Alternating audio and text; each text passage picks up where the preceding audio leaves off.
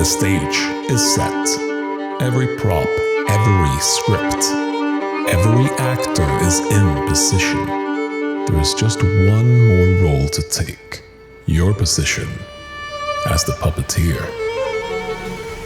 Then through your puppets' words and their ledgers, you control the flow of coin. Through their creatures, gain the ability to lead men by the heart. And there will be those who want to cut your puppets free. However, as long as one puppet stands and its strings uncut, the authority of the story is still with you. And this, my friend, is your chapter. Greetings, everyone. I am Alexander Oltner, the game director for Crusader Kings III. A new year of content is upon us, and it's my privilege to be here once again to present you with the upcoming chapter of Crusader Kings III, Chapter 5. Last year with Chapter 4, we traveled to Asia, unlocking a big part of the map for you, our players. We realize, of course, that living up to that big undertaking will be tricky, so we are working hard to make sure that Chapter 5 lives up to your expectations. Whilst we widened the scope of the world last year, this year we're looking at the depth of the gameplay itself. This includes taking a closer look at the gameplay mechanics and player fantasies surrounding religion. We're introducing rites within faiths and a hierarchy of church, especially within Christianity. We will add republics and merchants with the ability to trade goods across the map and leave a lasting impact on the lands they engage with, truly hoping to make trade an interesting and rewarding gameplay experience. And as a little bonus, we have completely new content unlocking today. We will tell you more about that in just a moment. Now, without further ado, I will hand over the word to Mikael Andersson, who will tell you more about our upcoming core expansion, By God Alone. Hi, I'm Mikael. I'm the lead designer for Crusader Kings III's newest core expansion, By God Alone. Christianity's role in medieval Europe was not merely that of a belief system that people adhered to or didn't. It determined the moral and just life of everyone, from rulers to peasants.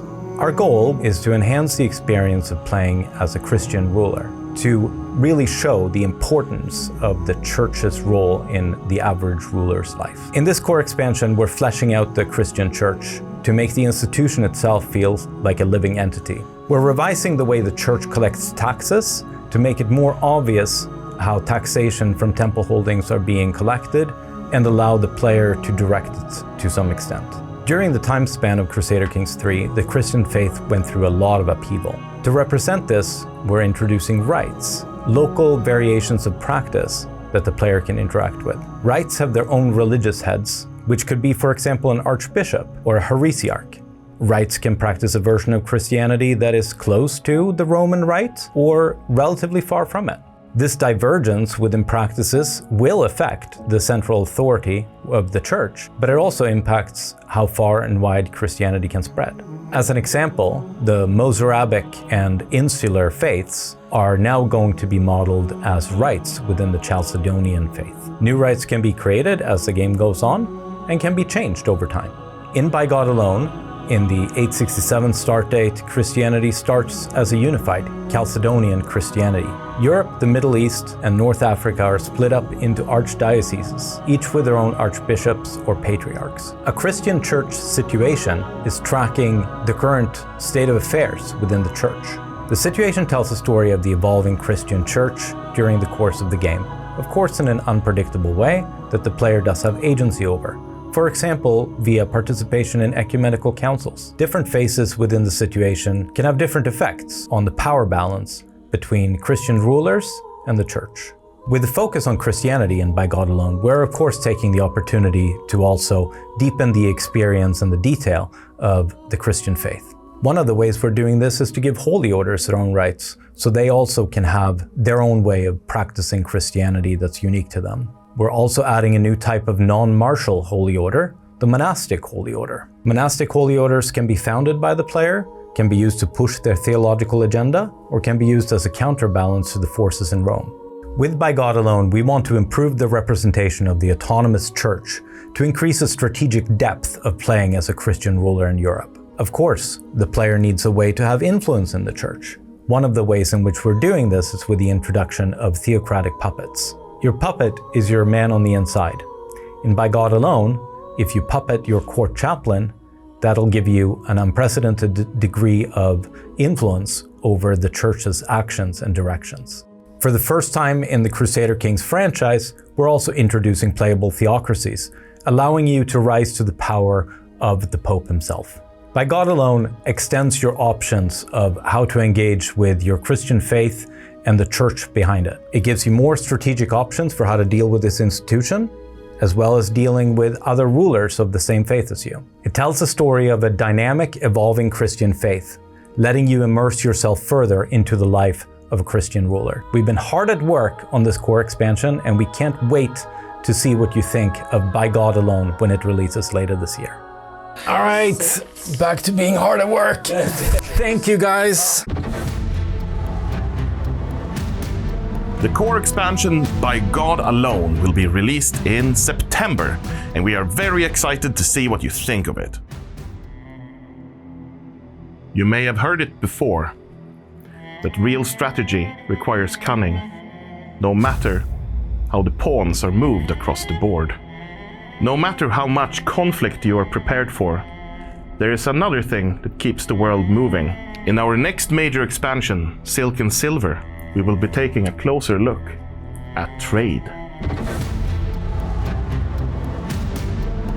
Hello, I'm Joachim Holmsten. I'm one of the game designers on CK3, and I have the honor of giving you this little preview of Silk and Silver, our next major expansion for CK3. So for Silk and Silver, we are focusing on trade, republics, and merchants, with a couple of side notes of free reworks like buildings and economy. We're inspired by the Egyptian traders traveling eastwards, the Silk Road merchants, the merchants coming down from Novgorod with fur, as well as the republics of Venice, Genoa, Florence, the Swiss ones, or the free cities of the HRE. As we're introducing trade to the medieval world of CK3, of course there's a lot of things that we have to take into consideration. So for Silk and Silver, we are adding a new trade system that are based around needs and productions that are set up in every single count in the world, together with a whole plethora of new trade goods like salt, silver, gold, copper, and these are traded primarily by our new mercantile governments, so republics and merchants, but with also some minor opportunities for landed rulers to participate in the new trade system. Trade routes are set up between different points by the new mercantile governments that move trade goods from point A to point B to make as much money as possible, finding areas that produce a lot of trade goods and then selling them in areas that acquire them. And the trade routes can be adjusted or edited or cancelled outright if need be, and it's really up to the player how they want to engage with them. And these trade routes can be adjusted by the AI as well to the player, and we will have dozens, if not hundreds, of AI players taking part in the new trade system, making the world feel like it's a sprawling living entity. So as we're adding this new trade system, it was of course important that we find the space for it both to live and thrive, not only done by our new mercantile governments, but also find space for our old rulers to take part in it. They have some limited opportunities, but they will be able to then engage with the new mercantile governments who will do some of it for them. And it will play an important role into our new building rework. So to start talking a bit about our new mercantile governments, I think I will start with the merchants, which is basically landless rulers that exist across the realm. Unlike their landless adventure counterparts, they are usually settled around cities, where they have their domiciles and where they do most of their trade. So as a merchant, you will engage with landed rulers, you take part in trade across the realm, you will go out and seek out contracts to establish trade opportunities with different rulers, and you have your family that you will constantly have to make sure are living up to their part of the trade company. So each merchant are based around their family companies, and to make sure that it feels like a proper company, we are making sure that each member does their part, and we have readapted and improved the house unity system from Legacy of Persia.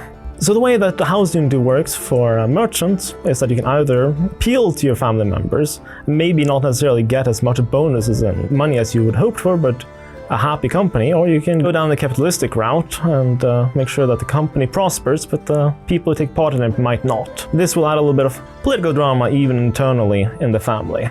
So to talk a little bit about our second mercantile government, we have the republics, inspired by Venice or Florence or Genoa. They're situated around a main city where everything happens, and you either play as a patrician family, or you can be the head of the republic and make all the decisions. For republics, of course, they need their money to make sure that they can get their family up in power. So they use trade to make as much money as possible, and then they turn it into political capita by making sure that their opponents end up in the gutter and they end up in charge of the republic, because they really do care for that democracy. The republics will work kind of like a soft power in the world. They're a little bit of a king makers or king removers. They are the ones that ensure that the trade routes are open, the goods are flowing as they're intended to. If you don't actually do as they want, well, then you are on the list to be removed.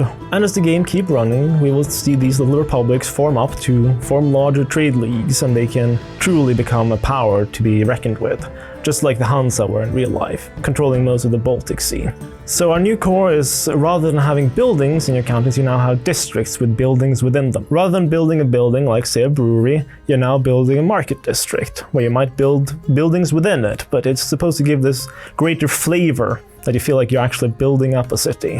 As part of this new district system, we're also introducing what we call the resource districts. This is basically how we produce trade goods across the world. Every single county in the world will have a potential of a couple of different trade goods that you can then choose from. And you will build it up, and for example, you will have cotton or wool or grain, and then later on you can either improve that, or you can choose to even take part in some of the other potentials that you tossed away earlier. So you can say, hey, I wanted wool, and now I can say that I could get a little small building of cotton as well, producing several trade goods at the same time.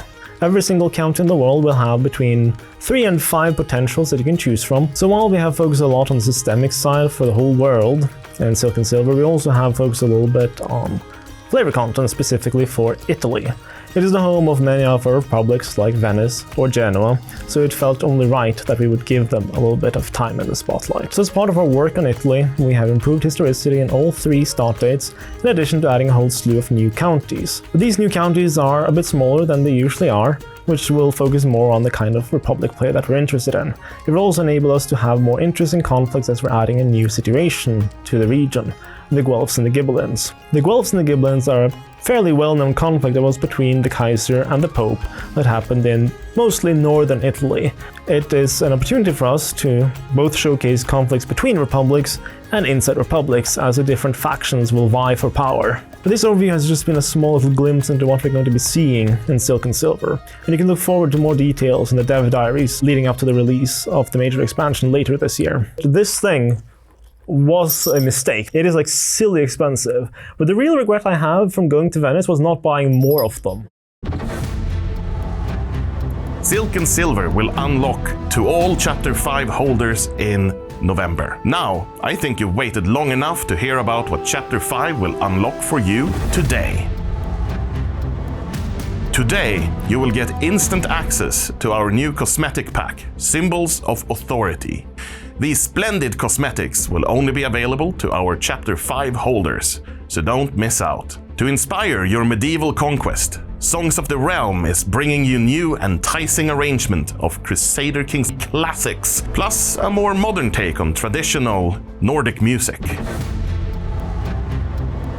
My name is Philip Werborn. I'm the composer and the producer for the new music pack called Songs of the Realm. Songs of the Realm is a homage for evergreen songs that have been released over the years, but also a compilation of some new music that I've been honored to compose, as well as featuring some Swedish folk music. The initial brief was pretty clear. We wanted to record old evergreens live with real musicians. I think in the time we're in, I think it's very important that we highlight that this project is really based around musicians.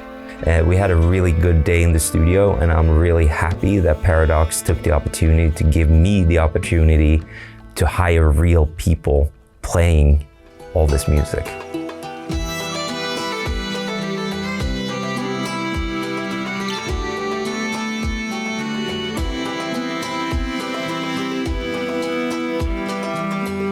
We also wanted to write some new music in the CK3 vein. The idea to honor some of the Swedish folk music tradition was also pretty clear from the beginning, which I thought was really fun to work with. For me, working on Swedish folk music is always one of the most fun thing you can do. It's based on beautiful melodies, easy harmonic structures, repetitiveness, but also a lot of fiddle, a lot of guitar, a lot of flute. And I think as a reference for CK3 and what's been released in the past, I think it really glues together in a music pack like this.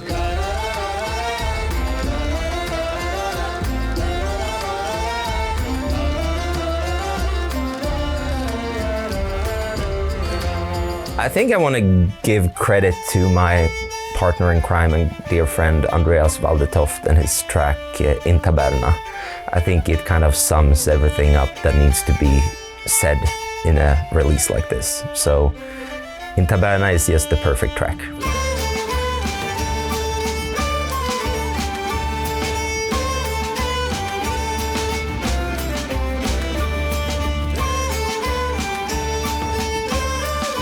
For me, I think personally, the highlight of this project was that this was the first project that my newborn son was a little part of in terms of like listening in the control room. And if you really listen closely, you might hear him on one of the tracks. I hope you all will enjoy the Songs of the Realm music pack. I had a lot of fun working on it, and I really hope that you all feel the joy that we had creating this. La la la la la la la la. All of this is coming out with Chapter 5, which is available right now. But that's not really all. Today we're also releasing a major update for everyone. For this update, we want to rework accolades. We want to remove the tedium of having to assign and maintain these accolades and instead replace it with a fun challenge where you unlock various attributes and they themselves train their own squires. Since the beginning of the game, we've had story cycles, but these have been invisible to the players. For example, being a great conqueror or having a doppelganger in your court. Now you will be able to see these in the Situations tab with all the information you might need, right there. We're adding, in collaboration with Agami, a prominent modder, a fully fledged ledger to Crusader Kings III. In it, all the data you can dream of, right there, sortable and parsable. For the longest time, aging in Crusader Kings III has either been an experience where you instantly become decrepit, or you can live forever with great skills. We wanted to make this more challenging and realistic by adding a diverse set of traits you can gain when you grow old. These traits will start off not that bad, but depending on actions you take in the game, you can mitigate their progress. Because it says whatever else we have confirmed by the time of recording. I'm like, there's probably a few.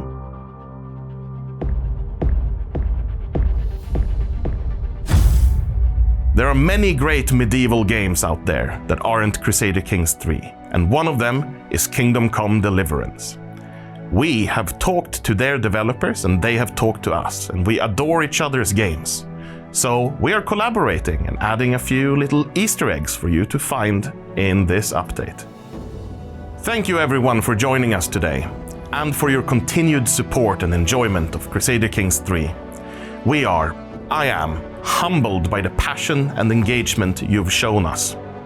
And we can't wait to see how you choose to explore everything we are creating for Chapter 5.